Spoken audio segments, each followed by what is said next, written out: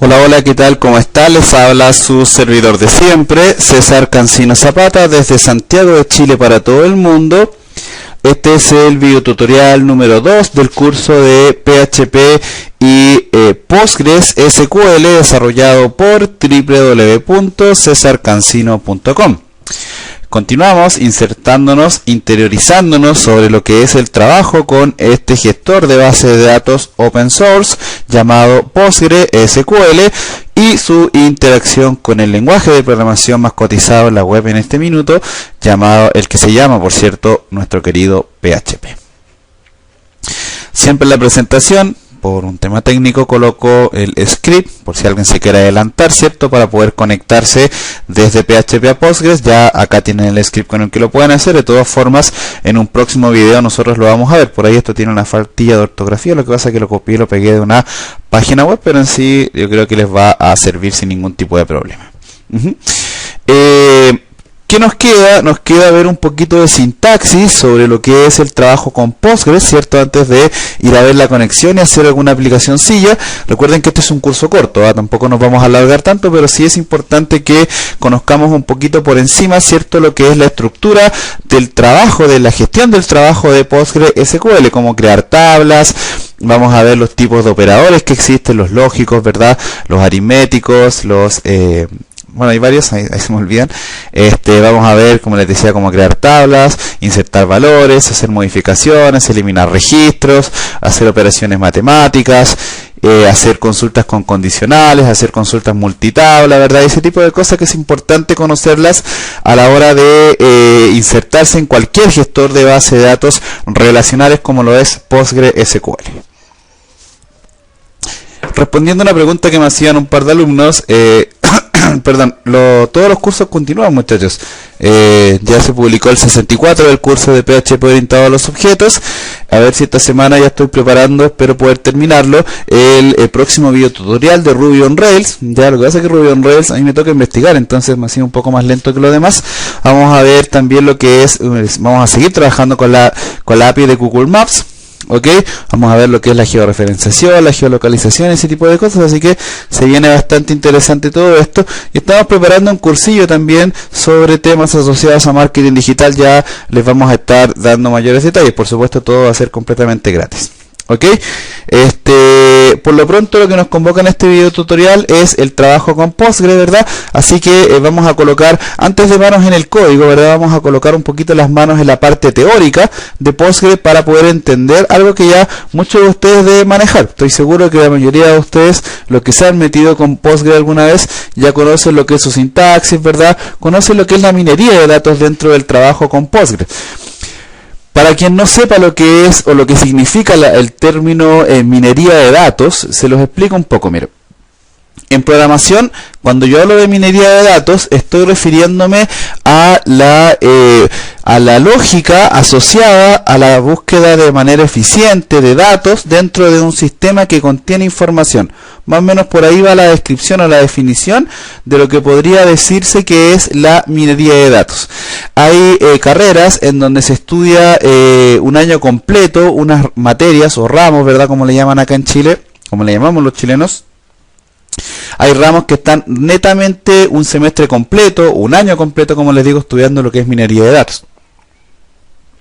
Más de algunos de ustedes estoy seguro que ya tienen que haber visto ese ramo, ¿cierto? En las cátedras que reciben de sus distintas universidades, así que no creo que sea algo tan novedoso para cada uno de ustedes. Vamos a correr la presentación. Algo importante para comenzar a trabajar con cualquier gestor de base de datos es conocer un poquito lo que es la lógica referencial, y en este caso lo principal siempre es partir por lo que son los tipos de datos.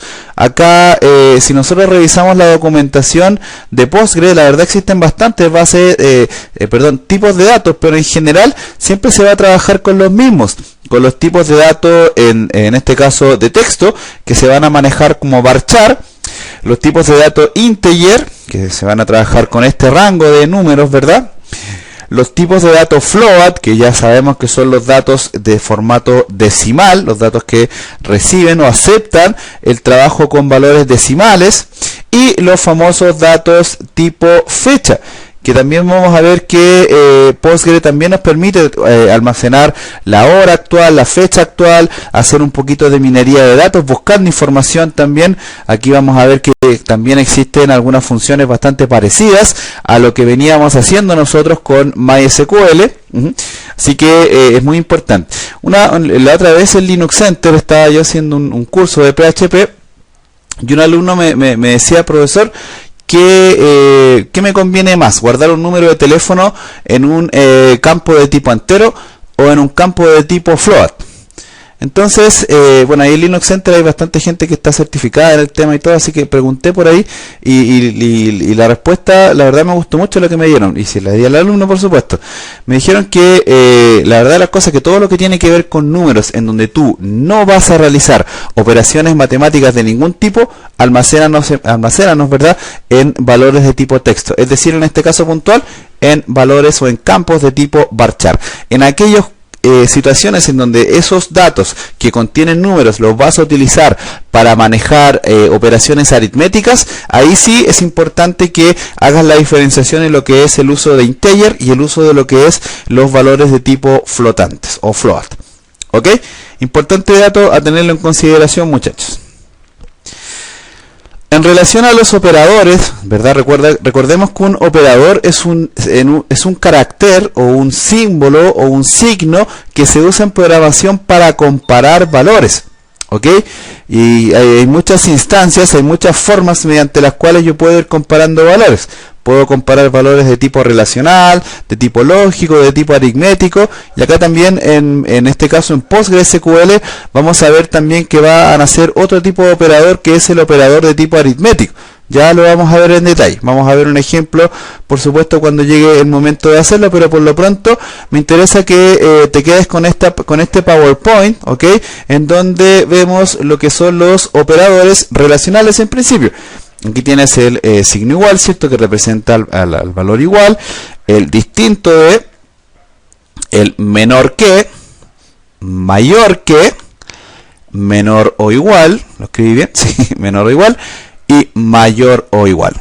Tal cual como se funciona y se maneja, ¿cierto?, en la mayoría de las bases de datos que nosotros ya conocemos. MySQL, SQL Server, Oracle, ¿verdad? En fin, todas las bases de datos que nosotros conozcamos. Acá también tenemos lo que son los operadores lógicos, ¿verdad?, que son los universales en todo el mundo. Por ahí hay algunos lenguajes de programación que los manejan con sintaxis distinta, pero básicamente es lo mismo. Siempre vamos a manejar tres. En este caso están asociados a valores booleanos. En este caso si se usan con comparación ilógica, por ejemplo, yo puedo decir en una condición esto es igual a esto y a esto, ¿verdad? O esto es igual a esto o a esto otro, ¿verdad? O puedo decir esto no es igual a tal cosa. La verdad que es bastante igual, así que no tiene mayor ciencia. Estos son los operadores lógicos que nosotros vamos a manejar en principio para lo que es el trabajo con Postgre. ¿Ok? Ya después, cuando trabajemos con PHP, vamos a ver algunos comodines que tiene PHP para este tipo de cosas, pero en general básicamente es esto. ¿Ok? Acá tenemos también lo que son los operadores aritméticos. ¿Ok? Es importante, ¿cierto?, aprendérselos. Aquí tenemos el operador, la suma, ¿cierto? Aquí tenemos la resta, ¿verdad? Con esto nosotros, por ejemplo, podemos obtener columnas calculadas. Podríamos decir, por ejemplo, no sé, en una tabla donde tengamos, qué sé yo, el precio neto y el precio bruto. Entonces podríamos decir, ¿cierto?, que el IVA, o no sé, podríamos hacer alguna operación matemática con eso, ¿cierto? En fin, podríamos manejar eso. Entonces lo hacemos a través del uso de estos caracteres llamados operadores dentro del ambiente de Postgres, que en realidad, como ves, también son bastante parecidos a lo que usamos en otros gestores de base de datos. Aquí tenemos el más, el menos, ¿cierto? La multiplicación, la división y el módulo, ¿cierto? Que se utiliza para obtener el resto de una división de números enteros, que es importante. En programación, la verdad, también se usa de la misma forma. Y te pongo un ejemplo puntual. El otro día un alumno estaba recién estudiando y estaba muy preocupado porque el profesor le había dado una tarea en donde le había pedido que recorriera un arreglo de números y que fuera mostrando solamente aquellos números pares. Entonces él me preguntaba, me peleaba conmigo en el chat, que me decía: César, pero dame un ejemplo de cómo alguna función que me diga si este número es par o no. Hasta donde yo sé, PHP no tiene ninguna. Entonces lo que le dije yo, puedo estar equivocado por supuesto, pero lo que le dije yo que lo que haga es dividir, ¿cierto?, cada uno de los valores por 0, y si en este caso si el resto es 0, significa que el número en este caso es par. Y ahí se fue un poco enojado, pero después buscó ejemplos en la red y se dio cuenta de que el ejemplo que yo le di era el que tenía que utilizar. Entonces, la verdad de las cosas es que este tipo de caracteres o de operadores se utiliza precisamente para eso, para obtener el resto de una división y para calcular números primos, números pares y todo ese tipo de cosas. Para fórmulas matemáticas también, en fin. Otra cosa importante que tiene Postgres, y acá ya entramos a hilar un poco más fino, dice relación con el uso, ¿cierto?, de datos para ir a hacer minería de datos en los formatos y en la estructura de las tablas.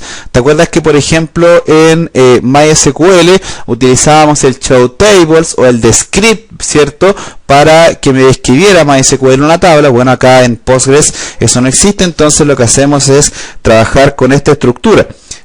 Utilizamos la palabra reservada select, ¿cierto? Y vamos indicándole a través de la separación por coma cada uno de los elementos del information chain, ¿cierto?, que nosotros queremos obtener de las columnas de la tabla que le vamos a indicar acá en la cláusula where. Ya lo vamos a ver en un ejemplo. Con esta sintaxis, con este script que tenemos acá, lo que hacemos es indicarle a Postgres que me indique el nombre de la tabla a través de en este caso de esta columna, table name. Column name también nos indica el nombre de la columna de la tabla, en este caso UDT name nos indica el tipo de datos, que en este caso el tipo de datos de la columna, y character maximum length me indica el largo, es decir, si tengo un campo de tipo varchar de 200, él me va a decir ahí 200. Ok, entonces es bien interesante este elemento para que nos muestre la estructura de las tablas. No es necesario que te lo aprendas de memoria. Yo acá ya te lo escribí, ¿cierto?, para que tú puedas trabajarlo sin ningún tipo de problema, así que no creo que tengas algún tipo de dificultad. Si te fijas, es un select normal. De todas formas, en teoría todavía no vemos ningún tipo de código de Postgres, pero estoy seguro que más de algunos de ustedes ya lo manejan, entonces ya lo tienen que estar probando. ¿Ok? Básicamente eso, un poco un marco teórico que se puede ir realizando con Postgres. Y ahora lo que vamos a hacer es ir a colocar manos en el código. Vamos a hacer unos cuantos ejemplillos, vamos a revisar cómo podemos crear una tabla, vamos a ir a entretenernos ahora con lo que más nos gusta a todos nosotros, que es el código. ¿Ok? Entonces, vamos a cerrar la presentación. Vamos a ir a ver acá, no tenemos nada. Ok. No tengo carpeta creada para este video porque no es necesario, no voy a hacer solamente código. Y vamos a ir a revisar, por ejemplo, podemos trabajar desde el PG admin o podemos trabajar, recuerda, desde el add-on, ¿cierto?, que instalamos de Postgres llamado ¿cómo se llama esto? Vamos a ver, se me olvida el nombre. PHP PG admin, ahí está. Me confundo con el PHP myadmin. Entonces, básicamente eso. Acá recuerda el nombre de usuario, la contraseña. El nombre de usuario, recuerda, por defecto en Postgres es precisamente Postgres. Yo le coloqué la clave en 23456, así que no hay mayor problema con eso. Y acá ya nosotros podemos ir revisando las distintas bases de datos que tenemos creadas, ¿cierto?, para poder nosotros trabajar. Por ejemplo, acá una base de datos llamada trabajo, ¿cierto? Acá están las tablas, por ejemplo, la tabla de libros, la tabla de usuarios que ya había creado, en fin. Entonces podemos ir haciendo todo ese tipo de cosas. Podemos ir acá a en este caso al inicio, podemos ir acá también, en fin. Puedes ir navegando por todo este tipo de cosas, por los esquemas, ¿cierto?, las tablas, en fin. no hay ningún tipo de problema con esto. Podemos entrar, por ejemplo, a las tablas acá, y acá él te las va a ir mostrando. La verdad no tiene mayor ciencia esto. Entonces puedes también ir trabajando a código, ¿cierto? A código SQL sin ningún tipo de problema. Recuerda que para crear base de datos lo vas a hacer desde el pgadmin, ¿cierto? Que es la herramienta desktop que en este caso tiene Postgres para poder trabajar, el pgadmin Postgres Tools. ¿Ok?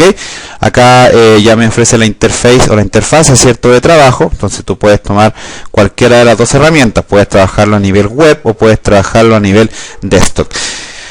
Una ventaja comparativa entre ambos, y eso lo puedes ir diciendo tú mismo en la medida de que las uses ambas, es cuando te conectes a una base de datos remota. Lo personal, por experiencia, cuando tú trabajas con un hosting que te ofrece Postgres, en general te entregan esto, te entregan un PHP pgadmin, por un tema de seguridad para ellos mismos también. Entonces las tablas las vas creando a través de una herramienta y después las manejas acá sin ningún tipo de problemas. Básicamente eso. Entonces si te fijas acá, puedes ir creando las tablas desde acá mismo, ¿verdad? En fin, no hay ningún tipo de problema con eso. Fíjate que acá también, al igual que en el phpMyAdmin, esto te va mostrando el código de lo que vas haciendo. Por ejemplo, acá dentro de la tabla de trabajo vamos a crear una tabla, por ejemplo, llamada probando, con 3 columnas, por ejemplo. En fin,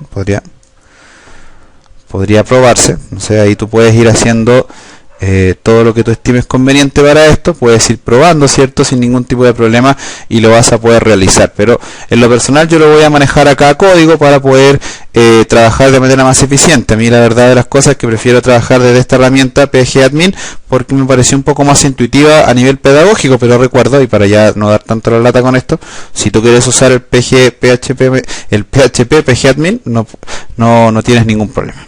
¿Ok? Yo voy a entrar acá al servidor, voy a hacer clic, ya yo estaba autenticado, por lo tanto no fue necesario que me autenticara de nuevo. ¿Ok? Acá estoy dentro de la base de datos trabajo. ¿Ok? Acá si yo quisiera, por ejemplo, crear una nueva base de datos aquí, simplemente lo hago, New Database, ¿cierto? Y ya tengo creada mi base de datos, entonces no hay mayor problema. Podemos acá crear una nueva base de datos, por ejemplo, prueba. No, ya la tengo creada, prueba. Vamos a crear, por ejemplo, una llamada César. ¿Verdad? Aquí puedes decirle que sea, darle algún UID, ¿verdad? No sé, cualquier tipo de cosa. Puedes darle la definición, por ejemplo, que trabaje con UTF-8, alguna plantilla en base a lo que tienes ya guardado, ¿verdad? Aquí también el cotejamiento, que es importante para el tema de los tildes, los límites de conexiones, ¿cierto? Los límites de conexiones, aquí entra, cuando tú hablas de límite de conexiones, eso, para la gente que no conoce esto, eso funciona de la siguiente forma. Cuando yo tengo un sistema en la nube, en un cloud computing, lo tengo corriendo en un hosting, y tengo, por lógica, ¿verdad?, la posibilidad cierta de que sean varios los usuarios que de manera simultánea se conecten a mi base de datos. Por lo tanto, yo tengo que tener una forma de filtrar eso y de ordenarlo, porque puede existir el riesgo de que mi sistema colapse, o de que todos o alguno de los usuarios acceda por error a los datos del otro. Entonces, ¿cómo manejan eso los sistemas de base de datos? A través de un elemento denominado no-lock. Entonces, ¿qué hace el no-lock? Lo que hace es que, dependiendo de la cantidad o el límite de conexiones que yo le indico en el no-lock, ¿verdad?, el gestor de base de datos va colocando las peticiones en una cola, en una pila. Entonces, por ejemplo, si se conectaron 10 usuarios o 1000 usuarios de manera simultánea, él va tomando la primera petición que le llegó y las va poniendo en cola. Recordemos que la velocidad de procesamiento es muy rápida, por lo tanto es casi imperceptible esa cola, pero nosotros como programadores y como desarrolladores debemos saber de que eso es efectivo. ¿Ok? Más de alguno de ustedes me va a preguntar: César, ¿y cómo hago el no-lock en Postgres o en MySQL? Bueno, acá en Postgres lo puedes manejar desde acá o desde las distintas herramientas. Cada gestor de base de datos utiliza el no-lock con distintas sintaxis o distintas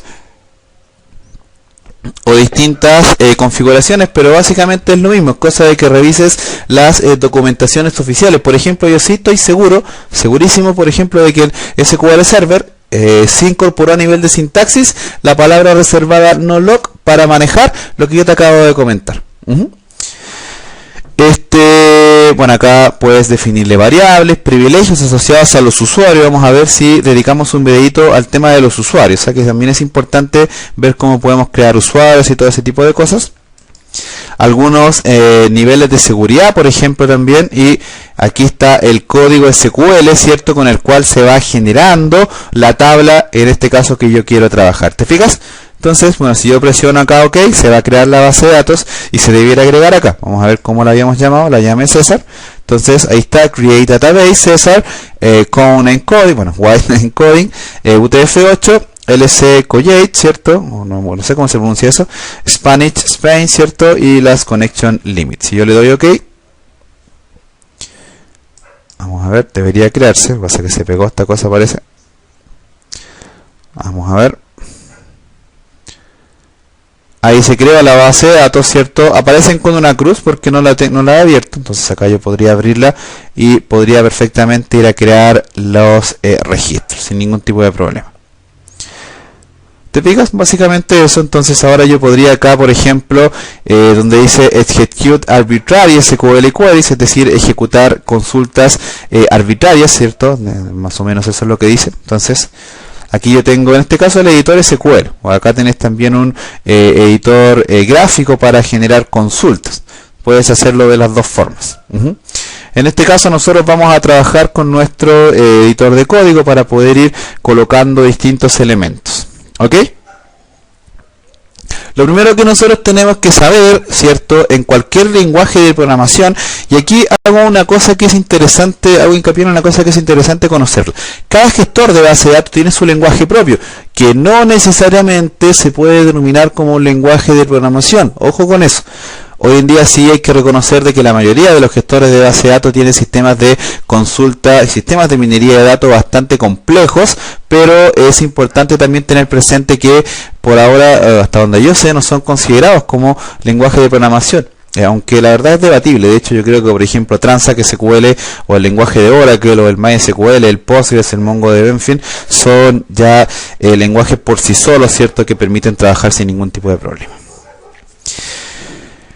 Por lo tanto, te decía que para comenzar es importante ver cosas sencillas, como por ejemplo, cómo generar un comentario en Postgres. Entonces eso se hace así, vamos a cerrar esto que siempre me aparece en los videos.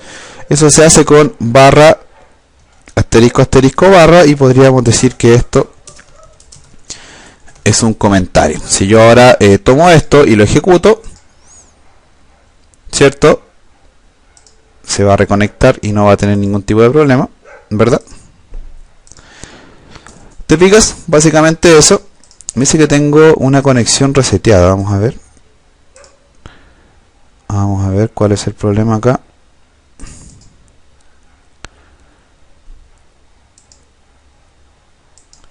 Ok, ahora sí.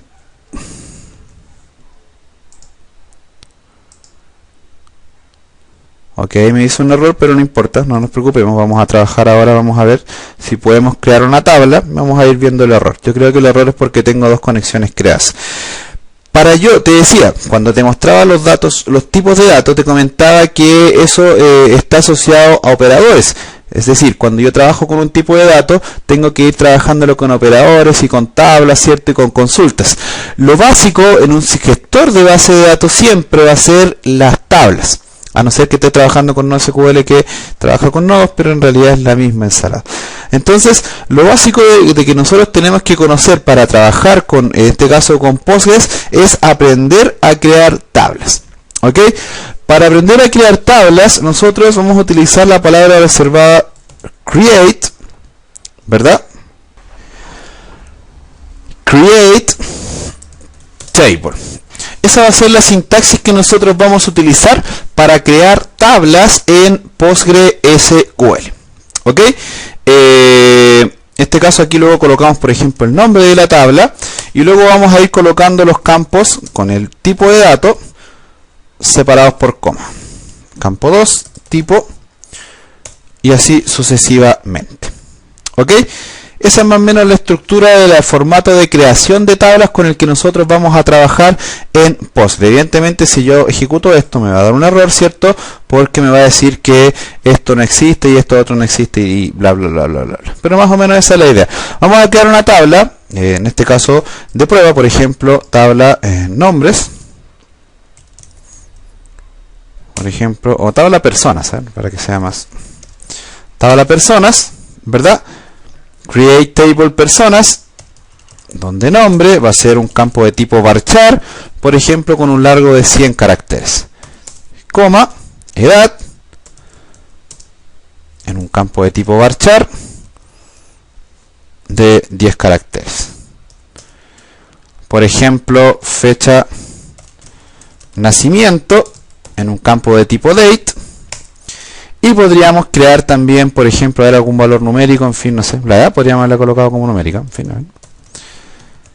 Yo creo, aunque lo que pasa es que no vamos a hacer operaciones matemáticas con la edad, pero por ejemplo, no sé, a ver, algo para la edad, en fin, algo rápido para la edad, o número, un poco también es una prueba, entonces no tiene mayor ciencia. En este caso el número lo vamos a colocar como valor entero. Entonces fíjate que esta sería una tabla llamada personas que tiene 4 campos. El nombre, que es un campo de tipo texto, varchar, ¿verdad?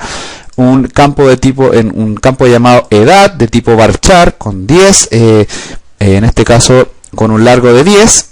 La fecha de nacimiento en un campo de tipo date y el número en un valor entero. Vamos a ver si me acepta escribirlo como int. Y como integer, fíjate, me lo acepta, vamos a ver si me lo acepta. Vamos a hacer el ejemplo ahora, vamos a tomar el código, lo vamos a ejecutar y tenemos un error SQL donde dice nombre varchar. Ok, vamos a ver. Yo creo que es porque no tiene espacios acá. Vamos a ver. Una cosa importante, muchachos, es que esto nosotros tenemos que colocarlo entre paréntesis, se me había olvidado ese detalle. Entonces, la sintaxis correcta es create table, el nombre de la tabla, abrimos y cerramos paréntesis y ahora sí, ahí van los campos separados por coma.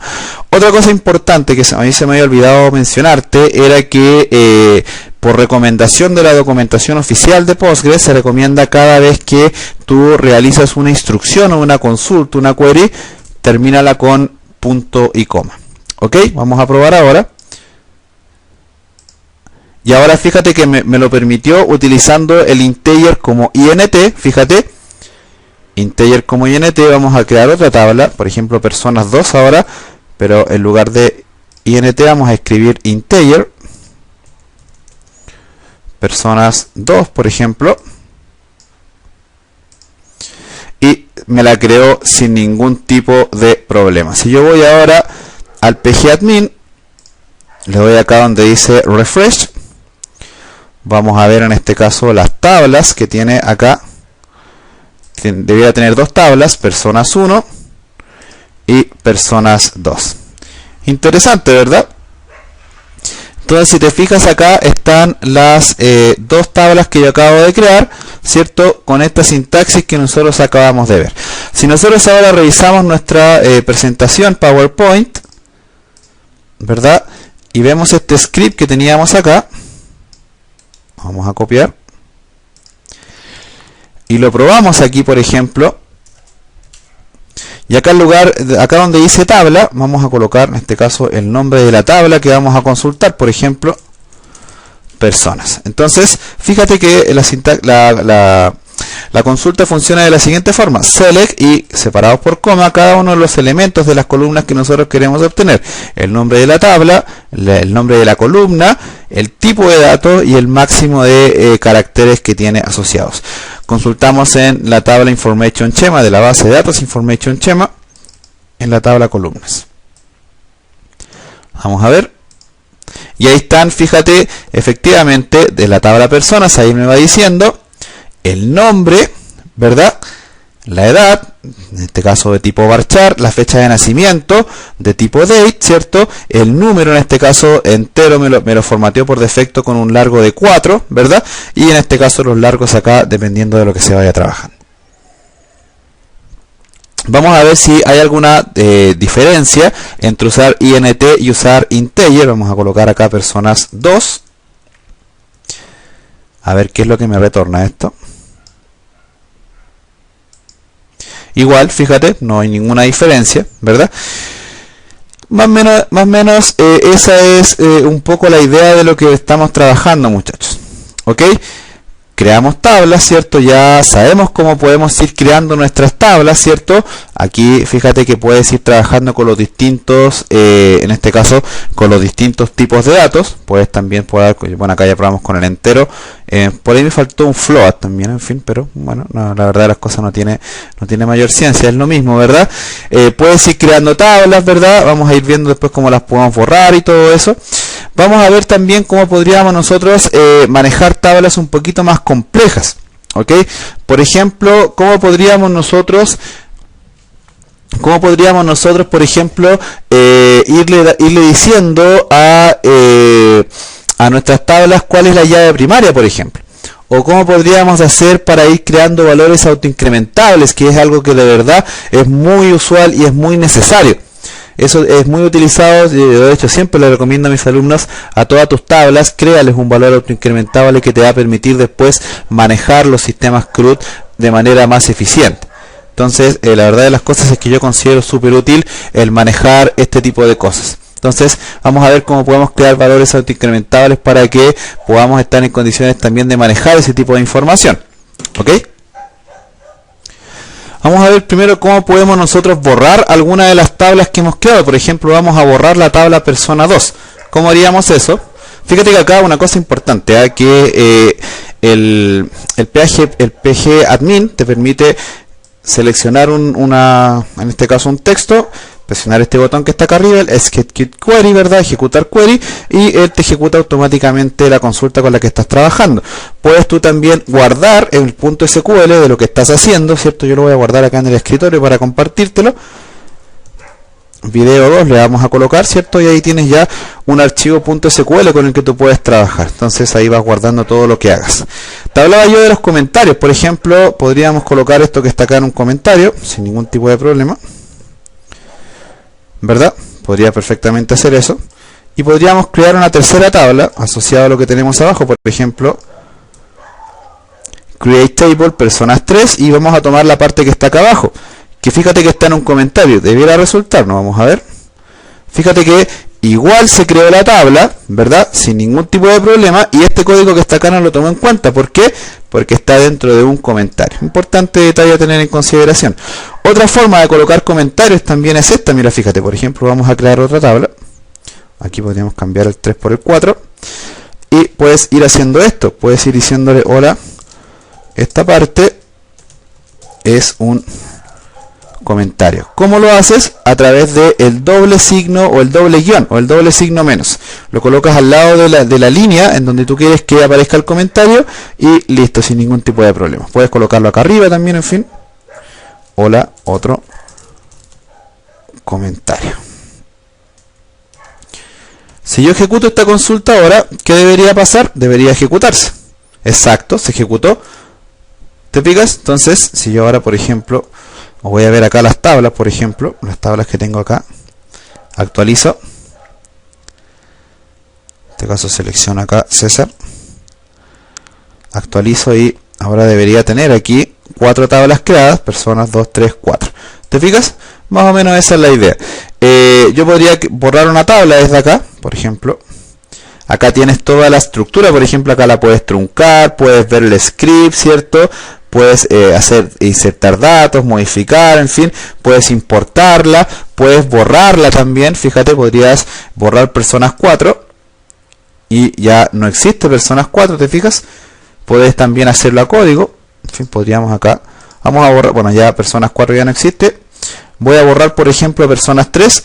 ¿Cómo lo podríamos hacer a código? A través del uso del comando drop table personas 3, por ejemplo. Entonces, acá un comentario, con esto borramos una tabla. Entonces, lo ejecutamos, lo probamos, y ahora fíjate que se borró la tabla. Si yo lo vuelvo a ejecutar, ¿qué debería pasar? debería darme un error, ¿cierto? Porque ahora me dice que no existe la tabla personas 3. ¿Te fijas? Interesante, ¿verdad? Algo que es importante tenerlo en consideración. Vamos a borrar la tabla personas 2 también, que no la vamos a necesitar. Y ya me debería quedar una sola tabla. Me debería quedar solamente la tabla personas. Vamos a ver, vamos a tomar César acá. Vamos a actualizar. Vamos a ver aquí que efectivamente solo tenemos la tabla llamada personas. ¿Te fijas? Fíjate que acá en la descripción él me dice que no tengo ninguna llave primaria creada, no tengo ninguna llave primaria definida.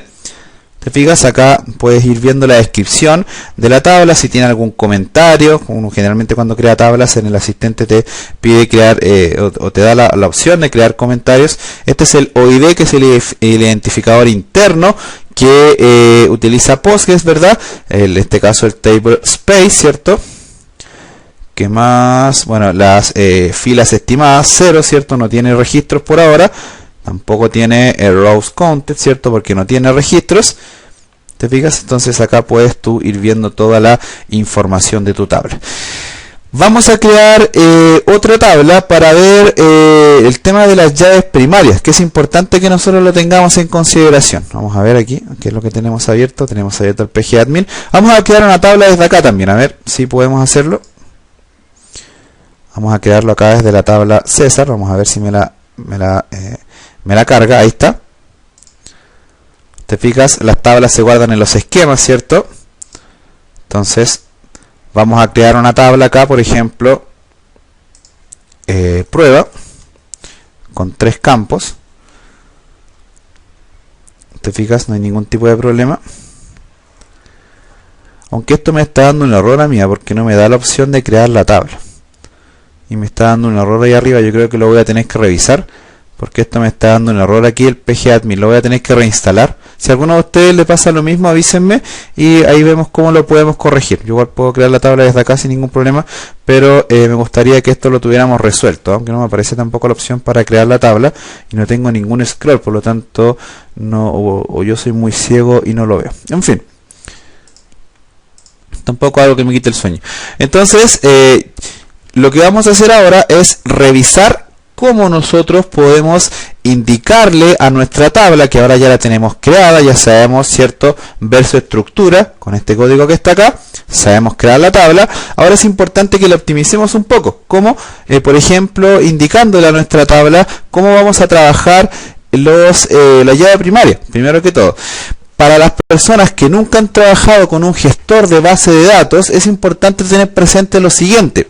Cuando yo hablo de llave primaria o llave foránea en sistemas de base de datos relacionales, me refiero a lo siguiente. Me refiero a que una llave primaria es aquella que es definida en uno de los campos, en una de las columnas de mi tabla, ¿verdad? Y esa llave primaria, cada uno de los registros que tiene no puede repetirse ninguno. Es decir, si yo creo, por ejemplo, una base de datos productos, y a los productos les asigno un código, entonces si yo quiero definir que en este caso sea el mismo Postgres quien me detecte y me ayude a identificar que no se generen registros repetidos en ese campo, ¿verdad? Yo le digo simplemente que necesito que ese campo se defina como llave primaria. Las llaves foráneas, en este caso, funcionan algo parecido, con la diferencia es que se utilizan para indicarle en la misma estructura de la base de datos, en la misma estructura de la tabla, yo le indico a mi sistema relacional de tablas que esta tabla está relacionada con esta otra a nivel de campos. Es decir, este campo que está acá, está de la tabla A, por ejemplo, está relacionado con la tabla B, y eso se denomina llave foránea o foreign key en inglés. Vamos a ver un ejemplo también de llaves foráneas después para que lo puedan revisar. Por ahora vamos a ver lo que son las llaves primarias, porque estamos trabajando con una sola tabla. ¿Ok? Muy importante tener presente eso, muchachos, para que no tengamos ningún tipo de problema. Vamos a aprovechar también de ver otra cosa. Vamos a aprovechar de ver también aquellos campos que son de tipo autoincrementable, y con eso yo creo que vamos a parar el video para luego ir a trabajar con lo que son los insert, los update y los delete. Por lo tanto, vamos a borrar la tabla personas que habíamos creado. Vamos a borrarla. Voy a dejarte ese código que está ahí arriba y voy a crearla de nuevo. Voy a crear de nuevo acá. Vamos a colocar acá, por ejemplo, un comentario. Ejemplo básico. Y acá, ejemplo con llave primaria. Entonces, por ejemplo, en la tabla personas, ¿verdad? Yo podría definir un campo al inicio que se llamara, por ejemplo, ID. ¿Verdad? Un ID de tipo, por ejemplo, entero, podría ser, ¿cierto? Coma, y podría decir que ese campo, o por ejemplo la cédula, yo creo que la cédula es más común, entonces la cédula de las personas podría yo definirlo como una llave primaria. Ahora, fíjate que le acabo de agregar un campo más a la tabla que yo voy a crear ahora. Ya ahora tiene 5 campos, tiene la cédula, el nombre, la edad, la fecha de nacimiento y el número. La fecha yo la puedo definir, la cédula, perdón, yo la puedo definir como entero, varchar, no sé, como tú quieras, float incluso, pero se recomienda siempre definirlas como varchar. Ok, yo le podría decir a PostgreSQL, oye, ahora yo necesito que cada vez que se ingresen registros en la tabla personas, yo requiero de que tú filtres de que no se generen registros repetidos en la columna cédula. ¿Cómo hago eso? Acá al final de la tabla, al final del último campo, voy a colocar una coma, voy a colocar la palabra reservada primary key, y entre paréntesis voy a indicarle el nombre del campo, en este caso que yo quiero que sea definido como llave primaria. En este caso sería el campo cédula.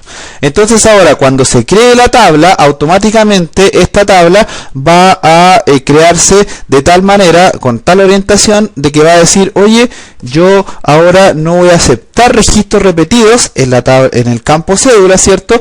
Porque no me sirven. Me sirven que acá no haya ningún registro repetido. Vamos a ver si me deja crearla o si tengo algún error de sintaxis.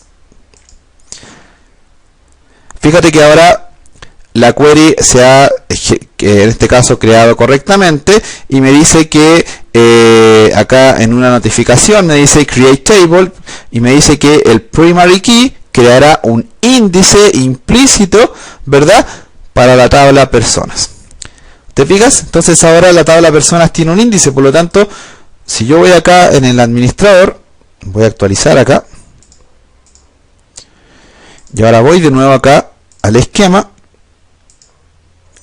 vamos a ver la tabla personas, y si ahora yo por ejemplo le quiero ingresar registros, lo voy a hacer desde acá, desde el editor, ya en el próximo video vamos a ver más en detalle los códigos, ¿verdad?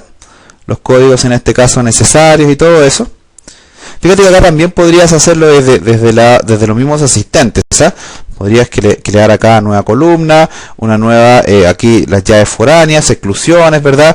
Contracciones, índices, en fin, triggers. Vamos a ver si vemos los triggers también. Puedes borrarla, vaciarla, en fin, puedes hacer varias cosas, ¿cierto? Desde acá, desde el query, en este caso desde el editor, también puedes trabajar a nivel gráfico, también, fíjate. Entonces aquí tienes la tabla personas sin ningún tipo de problema y podríamos nosotros irle ingresando registros. Acá no sé dónde se hace eso, vamos a ver. Vamos a ver de dónde es que me deja ingresarle registro esta cosa. Vamos a ver.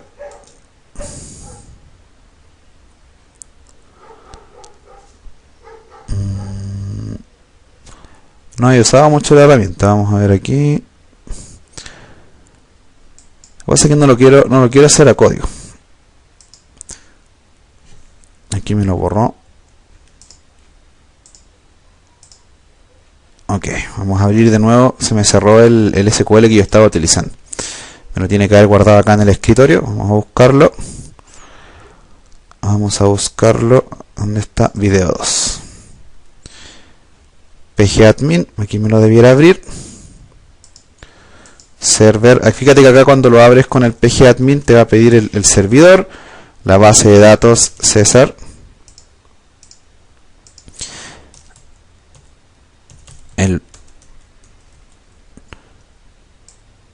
este caso el role name no creo que sea necesario.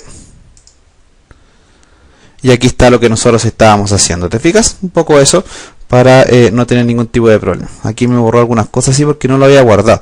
Se me había olvidado ir guardando lo que estaba haciendo. Pero básicamente esa es la idea, muchachos. Vamos a colocarlo de nuevo acá para que no te enredes. Entonces aquí vamos a decir que cédula sería un valor de tipo entero, por ejemplo, o varchar, como tú quieras.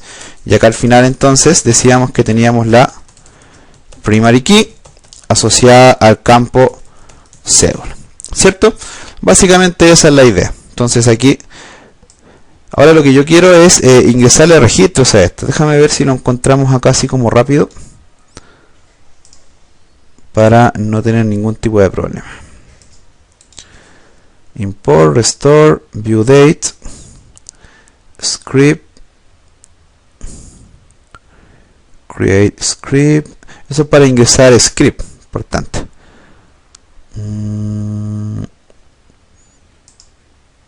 Vamos a ver aquí.